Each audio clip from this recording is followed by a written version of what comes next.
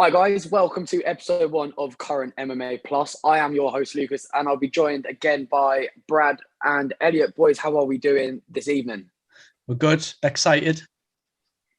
Yep, episode 1 of something that's hopefully going to be blowing up in the near future. But today, guys, we will be looking at UFC 267 and looking forward to UFC 268, as well as a whole other bunch of stuff. But we're going to start right back at UFC 267.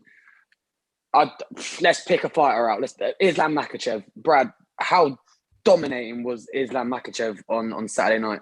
He's scary. I lost a bit of money because I had him by decision.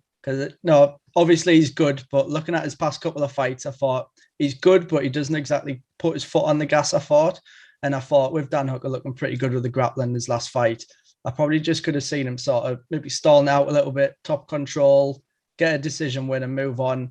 And then pretty much the complete opposite happens. He just completely steamrolled through him. It was pretty scary, to be honest. So he's a beast. Yeah, it didn't really look like Hooker had much in terms of defending any of Makhachev's attacks, especially, the first takedown, he was already on his ass. But Elliot, if you're Dan Hooker, how would you have gone into this fight trying to beat someone as dominating and kind of imposing as Makhachev? I mean, it's a difficult one. I mean, Dan Hooker, he looked good in his last fight. His grappling looks okay, but this is a whole new level now with Islam Makhachev.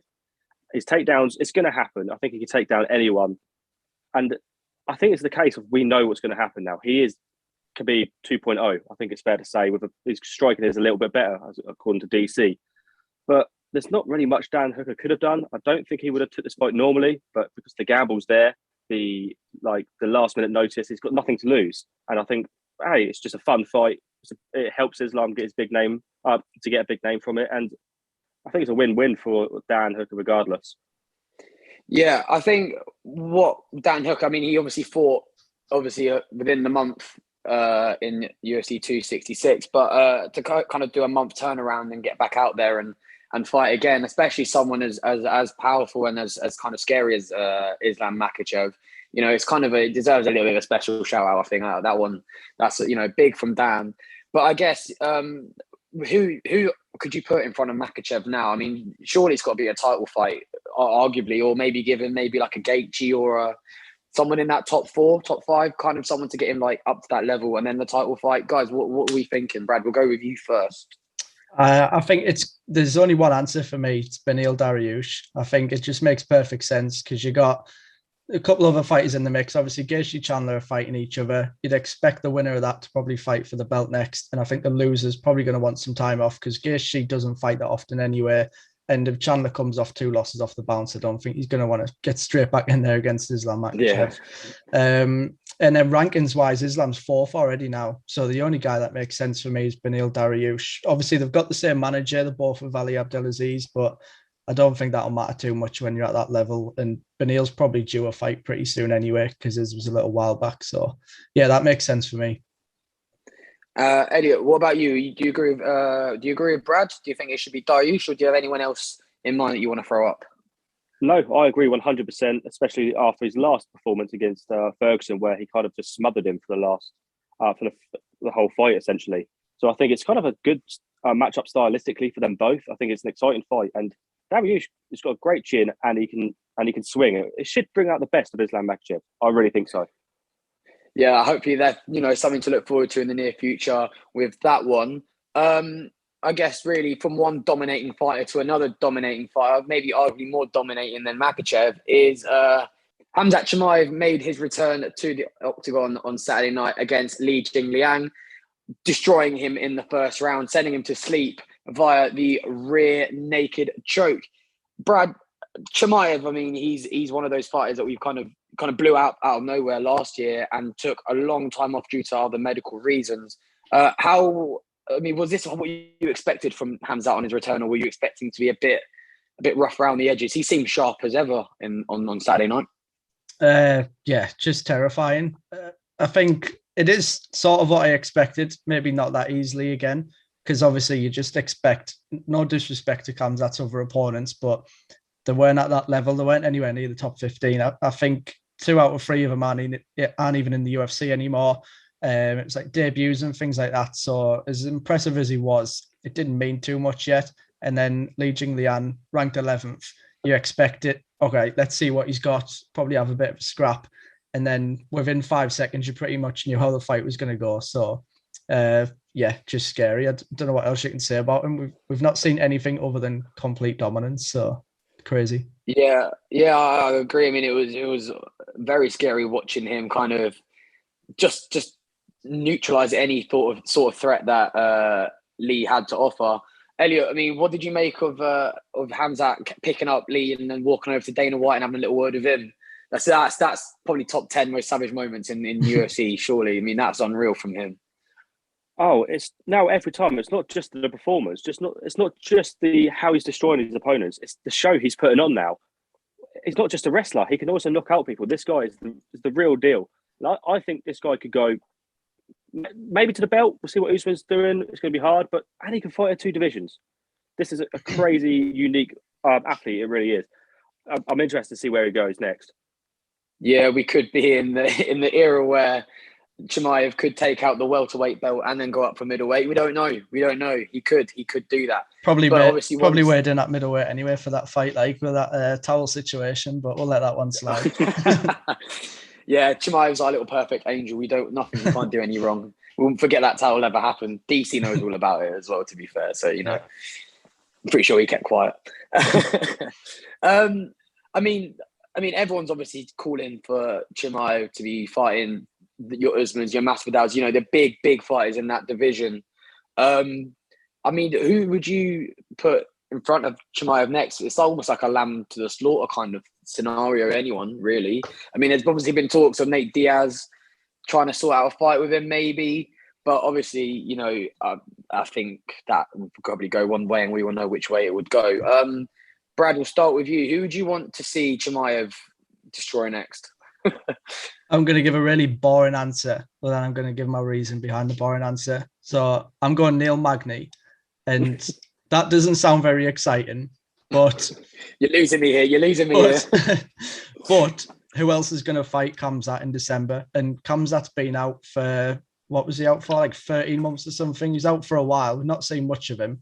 He's not even taken a punch yet. So I don't want to see, now that he's getting up there in the rankings, I don't want to see him wait around 5-6 months for a fight and really get to see him. I think now that he's finally back, I want to see some activity for him. And Neil Magny's the only person I've heard not just say he wants to fight him, but he said he wants to fight him next month. So I would happily just get him straight back in there. Neil Magny's, he's not the best fighter in the world, but he's fought some top guys and he's a very skilled fighter. I'm happy to see him get in there, get another fight under his belt, and then move on to the next one.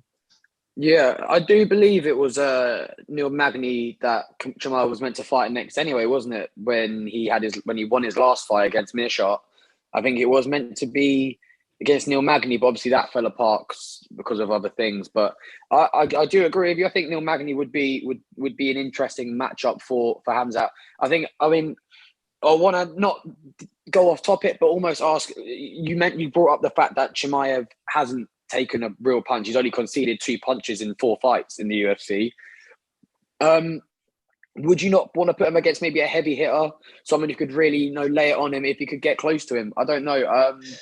Brad, what do you think? The problem with saying that is when you talk about heavy hitters, you usually talk about strikers. And if you're a striker, you're just going to get picked up in 5 seconds and put on your back. So I think he needs to find someone with a bit more grappling. Neil Magny's a pretty good grappler. Eventually, hopefully get to like a Gilbert Burns or something like that. But I don't think it's a striker that's going to take him out. It's going to have to be someone a bit more well-rounded. So, Elliot, who would you want to see Chimaev fight next? I mean, who would be up for the challenge or up for the task of taking him down? I think there's one obvious choice. I think it is Gilbert Burns. I think he's going to cause all kinds of problems standing. I think Gilbert Burns' stand-up is pretty good. He dropped Usman a few times. And, on the ground, it kind of speaks for itself. He's black belt in Brazilian Jiu-Jitsu. He's tapped out numerous opponents. And I think it kind of counteracts Chimaev's dominance. If he's going to try and take him down, he's kind of got the black belt. He kind of look after himself. That's what will be exciting. I think Burns is the one, and I'm sure he'll be up for it. If you follow him on Twitter, he wants to fight everyone. So I think it's a perfect fight to make. You know what? I like that Burns shout. That's a very good idea. I also thought Burns would be the one who beats Usman as well, and obviously he came close, but not quite there. So, I think Burns could give him a real good fight. I think Neil Magny could also give him a very interesting fight. I think you obviously may be thinking that Chimaev could probably get through Magny easier than Gilbert Burns. Personally, I'm probably on Elliot's side here. I think a Gilbert Burns or someone like that could potentially be the way to kind of stop that sort of hype train for Chimaev. But I think, why are we talking about who can stop him when we should be celebrating the fact he's just tearing down the entire welterweight division at the moment? I mean, I want to see him take through everyone and just see what happens, really. Him versus Kamaru Usman for the title one day could be an iconic fight. Yeah, that's the thing. It's like, how quick do you rush them? Because once they're there, the top three, then there's nowhere else to go. Like, Gilbert Burns is number 2. I'm happy taking it slow. I'd rather he fought every other month against a bunch of people than get to the top and then that's it. All the fun fights are over with within 2 years. But it's a good fight. I'm easy with either. It's similar to kind of like a Tom Aspinall kind of journey up the heavyweight division. You don't want to chuck him against. He's obviously just made the rankings. You don't want to chuck him against the top 5. You want to let him go up by each. So it'd be interesting to see where Chimaev ends up by the end of the year. We've already got 1 month left, really, or 2 months even before the end of the year. It'd be interesting if he fights again this year or early next year. Moving on, obviously we had the bantamweight title was up for grabs on Saturday night. Piotr Jan, coming off his DQ loss to Aljamain Sterling, was up against Corey Sandhagen, who was coming off the win over Frankie Edgar. I guess probably this fight was probably volume over efficiency, and efficiency won. I think Jan obviously threw less punches than Sandhagen, but obviously the ones that he threw counted a lot more. Brad, how would you sum up Piotr Jan's fight on Saturday night? He's just class. To be honest, I was a bit of a doubter of him before the Aljamain Sterling fight. I thought he had a pretty easy run because at that point he fought like Uriah Faber. His Jose Aldo fight didn't hold as much weight then because it was a bit more of a struggling Jose Aldo before he's had this like resurgence at bantamweight. So I thought, not that I thought he was bad, but I thought he's not really been tested or pushed yet. And then the Sterling fight, obviously, he just turned into a beast in that one. And then this one, he just keeps getting better and better. Some of them combos, how well-rounded he is. You keep thinking that people could maybe grappling him if they're struggling to strike, to try and grapple him, but you just can't do that either. He's pretty much a perfect fighter in my eyes, to be honest, especially for bantamweight. You can't have too much power there. He just seems to balance it all well. He's just class. Yeah, it did seem to look like a Piotr Jan masterclass. But, I mean, you can't really take anything away from Corey Sandhagen. He wasn't the one for trying. He obviously threw a lot of punches. I think he threw upwards of 400 punches in that fight alone. I mean, what could you say went wrong for Corey Sandhagen? Was anything on his end that he could have improved? Or do you think that Piotr Jan was just too good for him on the night or in general? Yeah, I feel quite bad for him because he's probably asking himself the same question. He probably asked himself the same question after the TJ fight as well, because you don't watch the Dillashaw fight and think, oh, he's not good enough or here's where he went wrong or whatever. He's just inches off where he needs to be, I don't know, I think the power is maybe the difference. He's obviously got a lot of volume. It's tough to see he hasn't got the power though, because you look at some of his fights before that, like knocked out Frankie Edgar in a few seconds and spinning back kick Brandon Moreno. So he's got the power as well. I don't know. I guess it's just about the other guy being better. But I think this experience will be good for him and he'll bounce back. Yeah. Elliot, I'm going to come to you. Obviously, this should probably lead up to a Jan Sterling 2 rematch. Do you think Jan would take that fight? Take that fight. I mean, obviously, there's other fighters out there like TJ Dillashaw, who's obviously made a comeback, as Brad mentioned earlier. Would you rather see someone like Dillashaw to fight Jan next, or do you think just get him and Sterling out of the way and then bring in Dillashaw after? I think get Sterling out of the way first. I think get the belts together, and I think Peter Yan wins that pretty easily. I think the last fight was Sterling got off quite lightly because it was a bit of a beating. I know some people said that the judges had it going one way, but I really thought Yan was doing the work on him. And I think Petr Yan versus Dillashaw is the perfect fight to make after. He beats Sandhagen. The fight beats Sandhagen. I think Sandhagen's top 3, I think it's fair to say. So yeah, TJ Dillashaw versus Petr Yan should be next after Sterling, of course. Yeah, I mean, also, who would you want to see Sandhagen in against next? I mean, where does that leave him after coming so close several times now to get an actual title shot? He's kind of one step forward and two step backs with him. Who would you want to see Sandhagen in there next? Obviously, Brad, I'm going to come to you after with your answer. But Elliot, who would you want to see in there against Sandhagen? Sandhagen should fight, in my opinion, the winner of Rob Font versus Jose Aldo. I believe that's scheduled somewhat soon. So the winner should fight Sandhagen, in my opinion. Yeah. And Brad, yourself, who would you want to see him up against next? Same with Elliot? It's a good shout. I'm going to be different just for the sake of being different. I'm going to be really disrespectful to Frankie Edgar as well, because I'm going to say the winner of this weekend's fight, Marlon Vera versus Frankie Edgar, because I'm assuming that that's Marlon Vera, not another, Frankie Edgar rematch. So I think if Vera puts in a good shift against Edgar, Sandhagen versus Vera, I think that's a good fight. Yeah, that does sound like a very tasty fight, to be fair, Vera versus Sandhagen.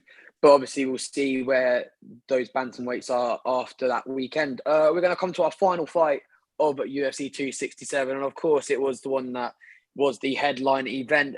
Jan Blachowicz was defending his light heavyweight title against 42-year-old Glover Teixeira. And boys, I mean, what a wholesome moment that was for Glover. I mean, he came out as the oldest first-time champion in the UFC, beating Jan Blachowicz via the rear naked choke. I mean, what went wrong for Jan Blachowicz, Brad? Was it just a bad day at the office, or do you think Glover just turned it on at the right time and got business done when he needed to? Yeah, I think it just went perfect for Glover. Obviously got off to a good start, which can happen. I think Jan obviously just started off a little flat-footed, got taken down, but not much happened. And then the second round, I think people actually forget, but Jan started the second round pretty well. Stuffed a couple of takedowns, started getting some of his strikes off, and then it looked like the type of fight that we thought it was going to be. And then Glover lands that massive left, and that just changes the fight and gets it done. So it's just one of them things where Glover did all the right things and it went his way. Yeah, I mean, it really was just a combination of kind of everything going right for Glover. I mean, that, like you said, that left hand sent Jan the other side of the octagon. It was a massive left hand, and I can't really, I couldn't ever picture seeing Glover rock Jan Blachowicz the way he did. I mean, like you said, also coming to the second round, Jan did start very well. He stuffed takedowns, and I was watching that thinking, yeah, here we go. This is where Jan's going to start getting a few shots off and Glover's going to fall off. But fair play to Glover. I mean, Elliot, when he put in the choke and you saw the tap, surely that must have brought a big old smile on your face. I mean, even DC on commentary saying he's tearing up. It was a really, really, really nice moment. Elliot, what did you think of the whole thing? It's kind of a double-edged sword, isn't it? Because I think everyone can say they like Blachowicz. I think Blachowicz was a good champ. But seeing Glover win that title, it kind of meant a lot to everyone. But it's almost picking up like the saying, never give up in life. And that sounds a bit cheesy, but it was great to see. But I thought it was coming. I did think it was coming. I thought he's been doing it to his last few opponents. I remember the Santos fight where he took him down after receiving some big shots and submitting him. I think it was a submission or there's a ground and pound. Anyway, it was taking him to the ground. And I thought I think he just is a better fighter at the end of the day. And it's more than not giving up. It's just the better fighter won. Yeah. Maybe I wouldn't necessarily, I don't know, maybe not say the better fighter won. I think personally, Jan probably, if they fought 10 times, I think Jan Blachowicz would probably win more times than Glover. It's one of those things. Glover, obviously, he's going in there with all his heart. Everyone's backing him. He's just a well-liked guy in the UFC. So, him coming away with the title, it's a kind of a wholesome moment. Everyone's smiling. But I want to talk a bit more about Jan Blachowicz. He did say after the fight, obviously, I know yourself, Brad, covered it, saying that he obviously didn't want to go straight in for a rematch. He wanted to kind of fight his way back up to a title shot. Where would he start? I mean, who would he go up against? I mean, obviously, you're thinking, Jerry Prochazka is going to be going up next for the title shot. Yeah. So it obviously leaves a kind of a hole there for Jan to fight someone else. I mean, who would you see Jan stepping up and fighting against next? Honestly, I'd look at the rankings when I was having to think about this, and I'd pretty much be happy with any of the next 5 people that are ranked below him. You've got, I think Rakic makes the most sense. So my answer is Rakic, because I know Rakic is talking about fighting Anthony Smith again, but to me that just doesn't make any sense, because Rakic beat Anthony Smith, then he beat someone else whose name I'm forgetting, and then he wants to fight Anthony Smith again. So like, where's the progression there? He's just taking a step back. So I think Rakic is the guy, but I'd be happy to see him fight Anthony Smith himself. Even Ankalaev. I think Ankalaev would be all right for Jan Blachowicz. But yeah, I think there's plenty of people towards the top there. He could fight any of them. Yeah, we'll keep an eye out for Jan. I want to go to Elliot now and say, obviously, like I said earlier, it is probably going to be Jiri Prochazka next for Glover. I mean, after seeing him destroy Dominic Reyes the way he did, you know, surely you're looking at that fight thinking it's going to be probably one of the most one-sided title fights in the UFC recent times. Surely not? Well, we've not really seen Prochazka on the ground yet. I mean, I'm not going to say I've watched him before the UFC. To be honest, I haven't. So it'd be interesting to see what he's like on the ground. But in terms of striking, you'd imagine it's, one-sided. Yeah. Brad, same, would you agree? Yeah, I think it could probably end up looking like the Thiago Santos fight a little bit, where it starts off looking a bit risky for Glover and then he just does his thing and gets him down. But it's interesting, especially the age difference. Jiri seems like a 20-year-old. I know he's not, but he just seems like somebody who's got the body and fitness of a 20-year-old. So it'd be a big difference in like athleticism and experience. It's an interesting fight. It'd be a fun one. Yeah, Jiri Prochazka is a very unconventional fighter, to say the least. Likes to throw loads of spin and stuff and everything else in that Pandora's box of his. I mean, obviously that fight will be probably coming up next year, and then we'll see what happens with the light heavyweight division after that. But that was the UFC 267 review. Lots of great fights, lots of great memories, and obviously things that people are going to remember for a very, very long time. Right, guys, UFC 268 is right around the corner. We are in fight week, and when I say there's a stacked card, guys, this is a stacked card. We've got the likes of Gaethje, Namajunas, Covington, Usman. This fight card is have it all, and I'm so hyped for it. I'm so hyped for it. I mean, where do we even start? I mean, we'll probably start with something a little bit off-piste, but still related to 268. It is the debut of Alex Pereira. If you don't know the name, MMA fans might. If you don't, he's the guy who he's the only one who's knocked out Israel Adesanya in kickboxing, and he's finally made his way over to the UFC. The former Glory champion. Was it a middleweight? I think he was light heavyweight as well. I'm not too sure if it's one or both. Kickboxing knowledge isn't up to scratch, but I spent a good hour watching his fights this afternoon just to. But yeah, I mean, I've been watching some of his kickboxing highlights anyway from Glory. Jesus Christ, the UFC is in for a massive, massive shake-up. He's a ridiculous kickboxer, and I'm very much looking forward to seeing him fight on Saturday. Brad, I mean, obviously we don't know all too much about him, but is there anything that you're excited to him bringing into the octagon on Saturday night? Thing is that I love about this, and this fight's going to sum up MMA fans, is after his fight on Saturday, he can either be a complete flop or everybody's going to think he's the next big thing. Like, it could literally go one way or the other. And where that happens is he's either going to get A, taken down and look really bad off his back, or B, he's going to keep it standing and look like an absolute beast. But it's interesting. That's why we want to tune in. We want to see. It's only 2-1 in MMA. It's not much experience. He doesn't get any less experience than that in the UFC. And he's not fighting a scrub either. He's fighting a genuine UFC fighter. So I don't know. It could end pretty badly for him, but I'm interested. We'll see what happens. Yeah, it is. It's going to be a very interesting fight, seeing what he can bring to the octagon on Madison Square Gardens. But that is for a future conversation to have. You know, we'll see if he wins or loses, and we'll talk about him a little bit later on in the future. But we've got some decent fights, and I want to start a fight that you also mentioned earlier, Brad. Frankie Edgar versus Marlon Vera. I mean, obviously we know Frankie Edgar throughout the years in the UFC. He's a brilliant fighter and a well-loved character. Marlon Vera, obviously, he's beaten the likes of Sean O'Malley. You know, he's working his way into no one's beat Sean O'Malley. You know about? Oh, right, of course, yeah. He's undefeated mentally. That's some strong mental will there. Yeah, but I want to talk about Frankie Edgar a little bit. He's still there or thereabouts in the bantamweight division. Brad, a win against Marlon Vera, where could that propel him if he did manage to get the W? He gets straight back up there, yeah. It's a little bit like what I just mentioned there about Alex Pereira, where MMA fans are so floppy. Like, they can 1 minute, like, if Frank Edgar loses, everybody's going to say he has to retire, he's done. But if he wins, everybody's going to be raving about him.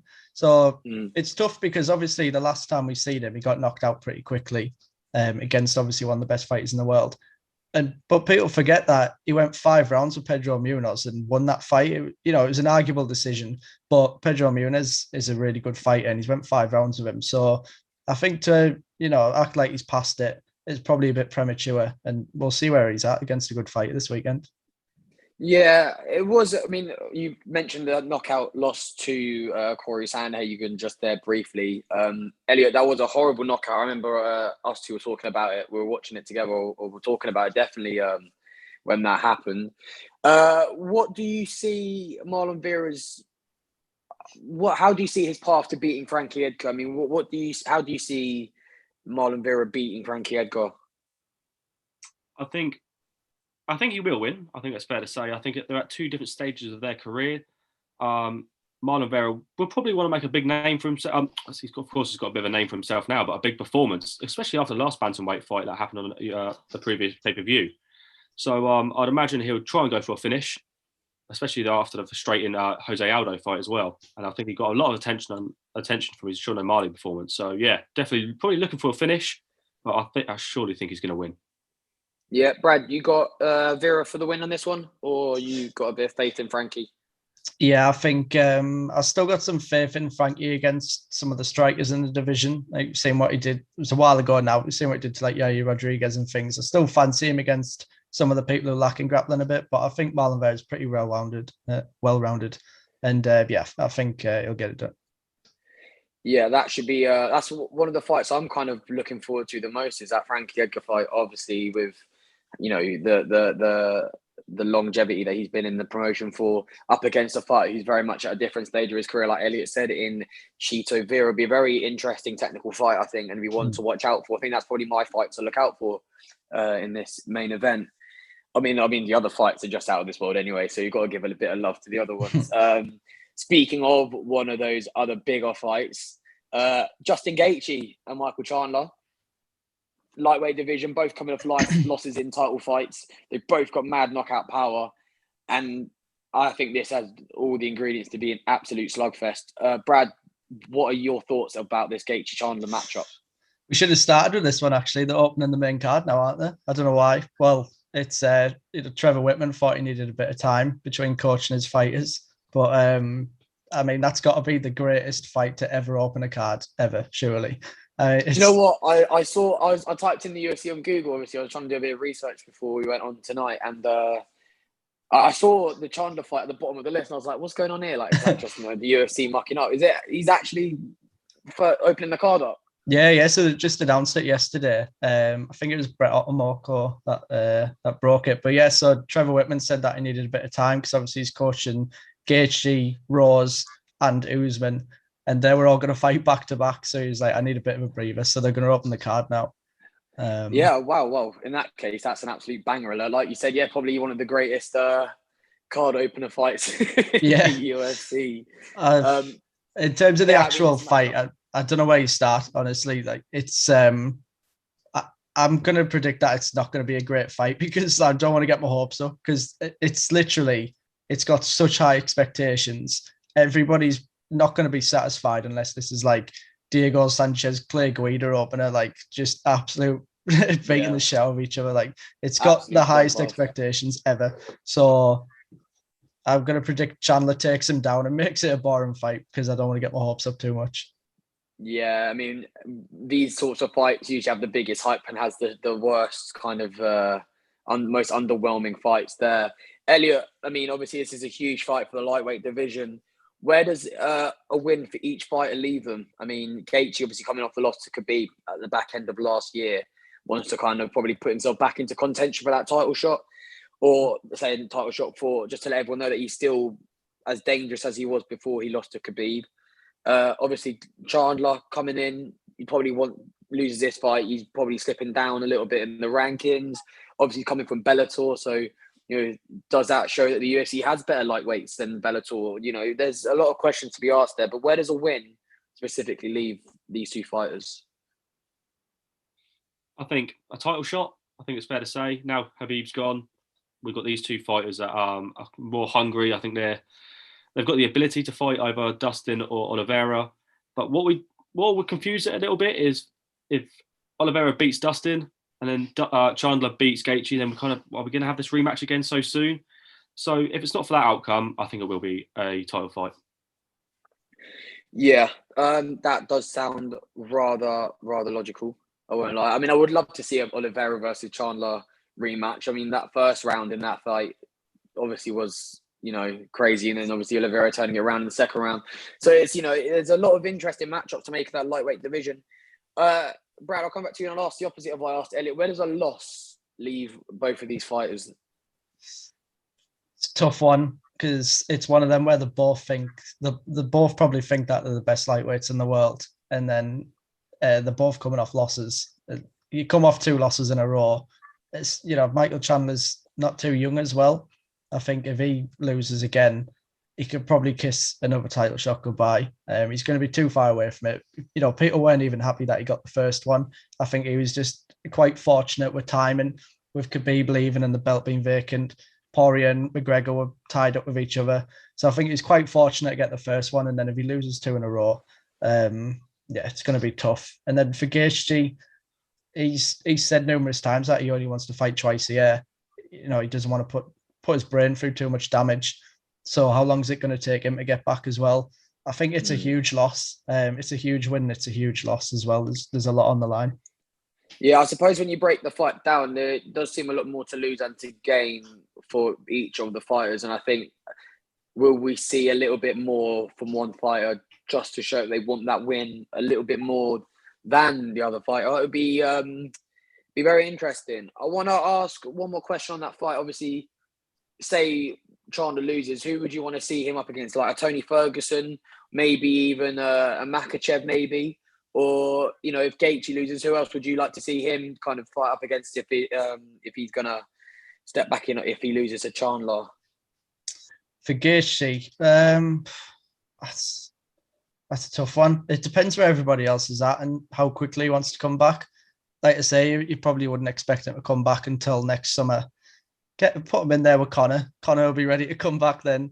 Let's finally get Conor and Gaethje. Gaethje with some of them calf kicks, test his legs, see how much it's recovered, and we'll have a fun fight. Yeah, that does sound like every fan's dream there. I can't lie. I mean, it's Conor McGregor. For a lot of us, he's the reason we're in love with this sport. Elliot, I'm gonna ask you the same thing. Who would you like to see each of these fighters fight up? If they were to lose on Saturday night? I think the loser should fight Beneil Dariush or Islam Makhachev. Makhachev. Okay. That's some very, very nice opinions, lads. We're going to move on to our first title fight of the evening. We've got Rose Namajunas against Weili Zhang in a rematch that was just as brilliant as I'm assuming this fight is going to be. It's probably, would you say, Brad, it's probably the most even title fight or fight of the card? I mean, these two, you probably couldn't split them apart if you tried. Would you agree? I probably would, yeah. I think a lot of people will probably disagree with that based on how the first fight went. Pretty quick. But yeah, I'm personally pretty even. Whenever I'm trying to think about who I believe is going to win a fight, I try and think about what I thought before the first one. And before the first one, I was picking Zhang Weili. So I'm trying not to get too carried away thinking that Rose is just going to knock us straight out again, because I remember how good Zhang is. But we can't forget that fight Zhang had with Joanna Jędrzejczyk. That can take a lot out of you as a person. And we've seen how quickly she got knocked out after that. So, if she gets knocked out again, maybe she can't take the damage anymore. Because I was going to ask, obviously coming off that absolute war with Joanna Jędrzejczyk in 2020, obviously, like you said, your body does go through a lot. And I mean, it's almost similar to Dustin Poirier versus Dan Hooker, where, you know, both of them were, you know, both fighters were looked very much different to how they started at the start of the fight. Do you think maybe that fight might have had an effect on Zhang's health, chin strength, the ability to take a hit, and maybe that could come up on Saturday night? Could we see Namajunas do the exact same, and could Zhang perhaps just get knocked out even easier this time? Maybe it's definitely possible. Like, we've watched MMA long enough, and we've seen it happen to so many people where you go through an absolute war, and then you get knocked out once, and then that's it. You can just get knocked out much easier after that. Yeah, I think, and plus there's not just a physical aspect, there's a mental aspect as well. Like, how is she going to rebound from being undefeated for, what was it, 20 fights, and then getting knocked out in a minute? That can have a huge psychological effect on you. So you just never know. Someone will come back. Yeah, it is one of those kind of horrible tropes about MMA. You know, you could go 30, 40, 50. You got 100 fights unbeaten, and that one loss could be the downfall. You go 5 in a row losing, or your chin's just gone. So, you know, it can do a lot to you, and it can take it out of you. But Elliot, Rose Namajunas obviously is the current title holder. What do you think she has to do in order to remain champion on Saturday night? I think she's going to keep Weili at bay. I think she's going to keep her kind of like a reach as a big factor, because I think if it turns into a war, you probably fancy Weili Zhang to kind of come out on top. So the less crazy it gets, I think the easier it is for Rose. I think that's kind of shown in the Andrade fight, the second one. I thought when it got a bit more dirtier, I think Rose was kind of, not slacking would be the right word, but didn't look too comfortable. So the more stop-starty it gets, Rose comes out on top. Nice. And obviously the winner, who would you like to see next for the title fight if obviously Rose or Weili were to win? Obviously, I mean, if Weili was to win, you're probably assuming a third fight, a trilogy between these two fantastic fighters. But if Rose was to defeat Weili Zhang again, who on earth would you want up next against Rose? I mean, Joanna's been out for a while. Could she make a comeback? Does she deserve it? Or is there any ladies out there that tickles your fancy for a title fight? It's got to be Carla Esparza. Carla Esparza's already beat Rose. It was a long time ago, but she's got that win over her. That's the only fight that makes sense. I think a lot of people wanted her to be fighting Rose this time around. But it depends what Joanna's going to do. Yeah, I think Joanna's got enough star power to come back. I don't know if she could demand a title shot straight away because she's lost to both of them, but she could maybe come back and fight Esparza for the next shot. But I think those are the only people in the mix. Yeah, I am low-key very hoping Joanna comes back and causes havoc yet again. But Elliot, likewise, would you agree with Brad? Would you say Carla Esparza probably up next for Rose if she was to win on Saturday? Yeah, I agree. I can't really imagine a third fight if Rose has won twice. Yeah, I do agree. It's not really too much to add about that. Fantastic. And we're going to go right next to the final, the third of the Trevor Whitman trio. Kamaru Usman and Colby Covington are running it back after their fantastic title fight. Oh, was it 2 years ago now?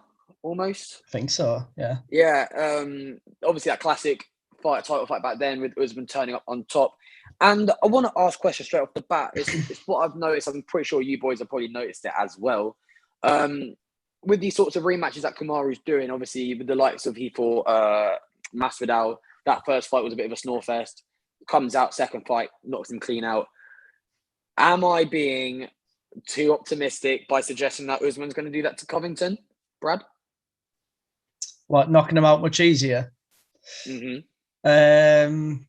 Yeah, I think he's just got to another level, hasn't he? So, you know, looking at that last fight, since he's been training with Trevor Whitman, I don't think you can really count the first Masvidal fight. He wasn't training with him long, and then that fight was sort of on short notice. Knocked out Burns, knocked out Masvidal, who hasn't been knocked out. You know, never really. Yeah, it could definitely happen. Yeah, I mean, Elliot, are you hoping for Usman to come up on top here, or are you feeling Colby for this one? To be honest, I think there's a lot of factors to suggest either of them could win. I think if you've listened to Usman recently, he's been talking about retirement. He's been talking about boxing, Canelo, which is crazy. So that kind of, when a fighter normally talks about retirement, it normally means their mind's elsewhere. However, Colby has now changed his camp. His camp is now all about him, as opposed to other fighters training alongside him whatsoever, other motives. So I think if we're going to see Colby win, this is his best chance now to be champ, personally. Yeah, Colby does seem intent on getting revenge on Kamaru.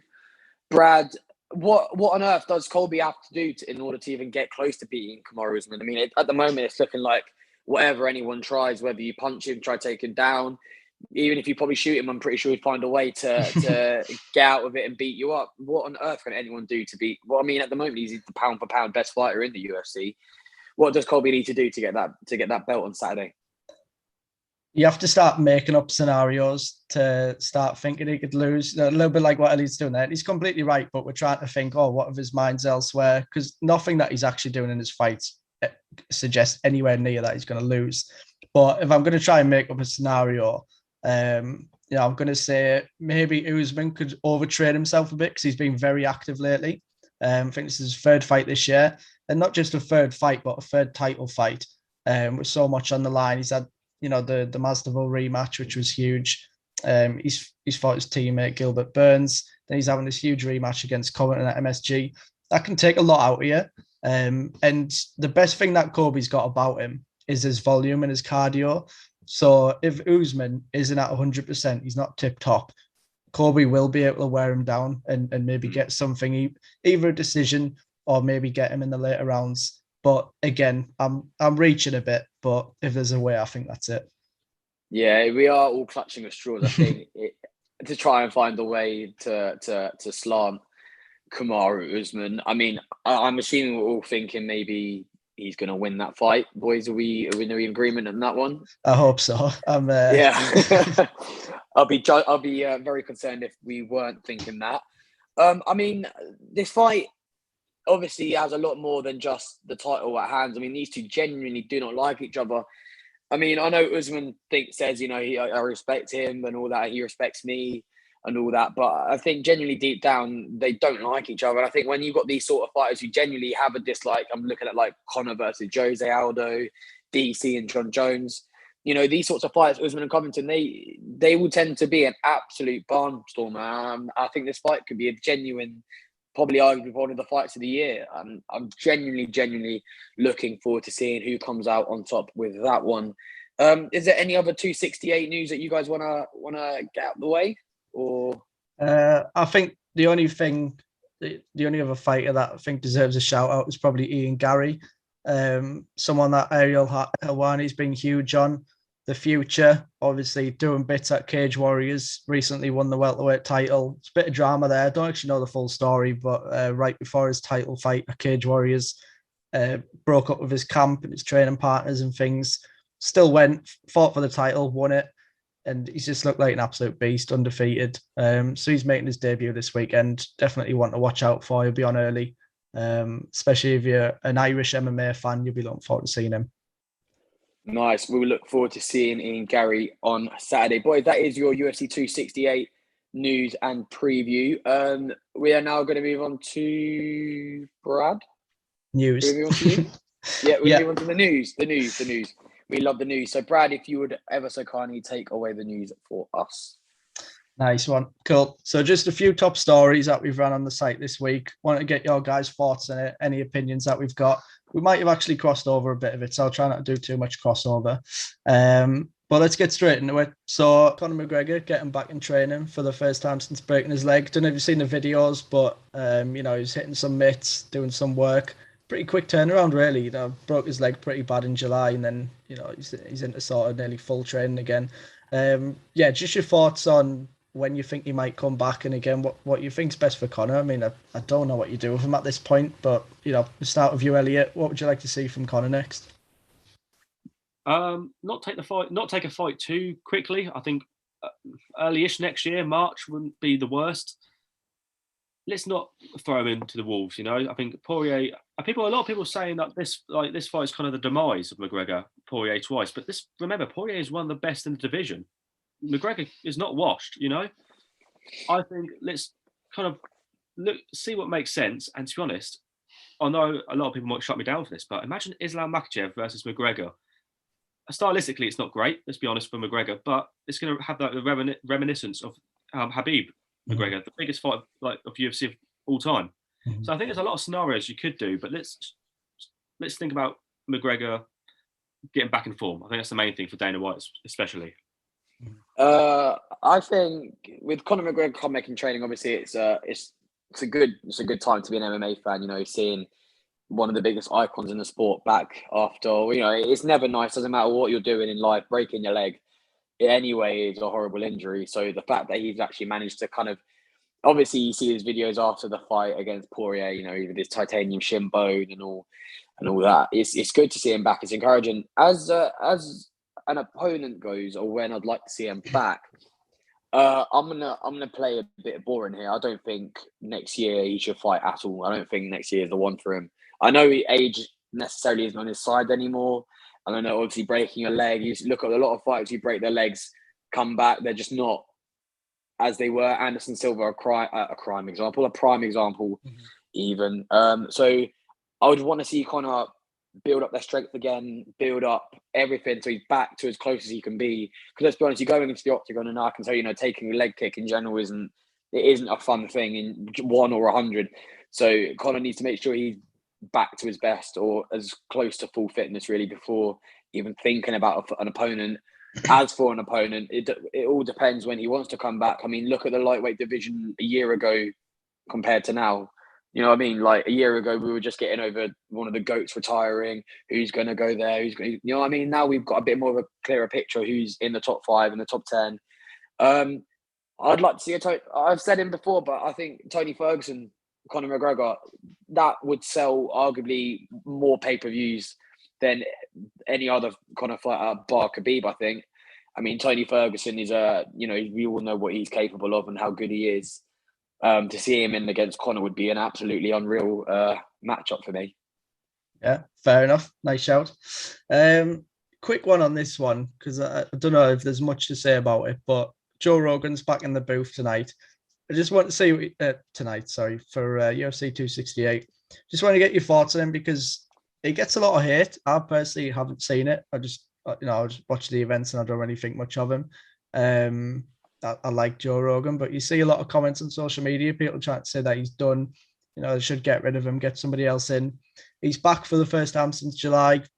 Elliot, we happy about this, or are you not a Joe Rogan fan? Massive Joe Rogan fan. I think he makes events as well. Just his excitement. He's like pushing people out the way, like going crazy.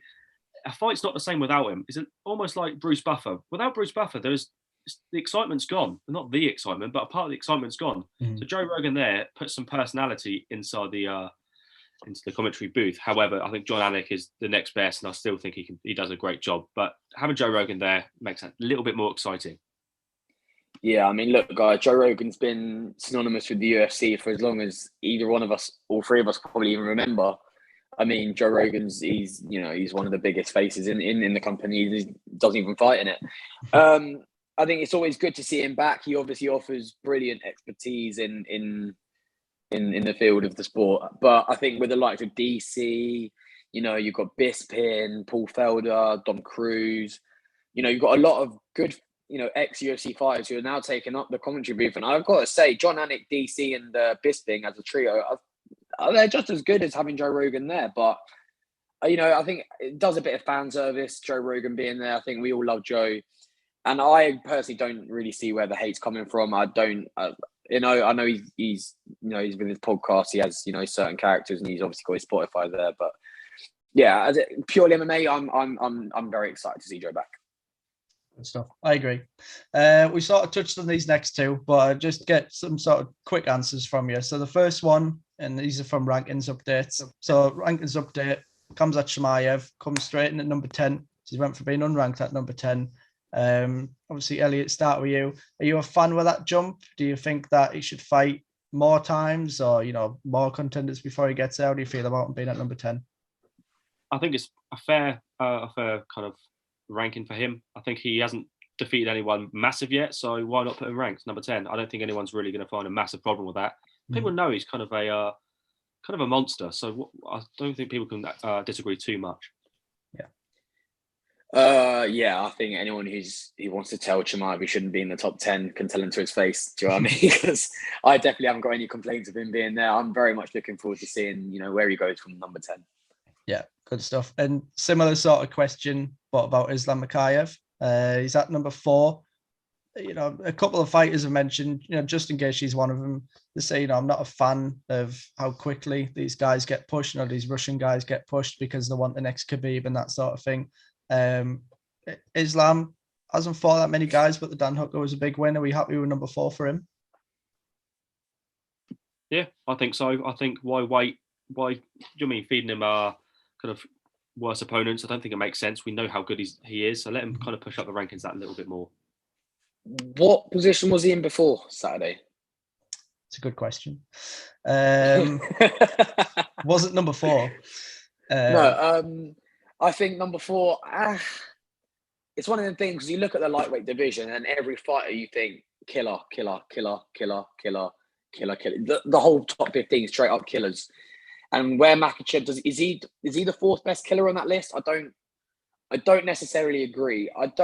But at the same time, I think he's in such a good form. Like, I think he's destroying everyone. The way he tore apart Dan Hooker and nearly ripped off his arm in the space of 4 minutes.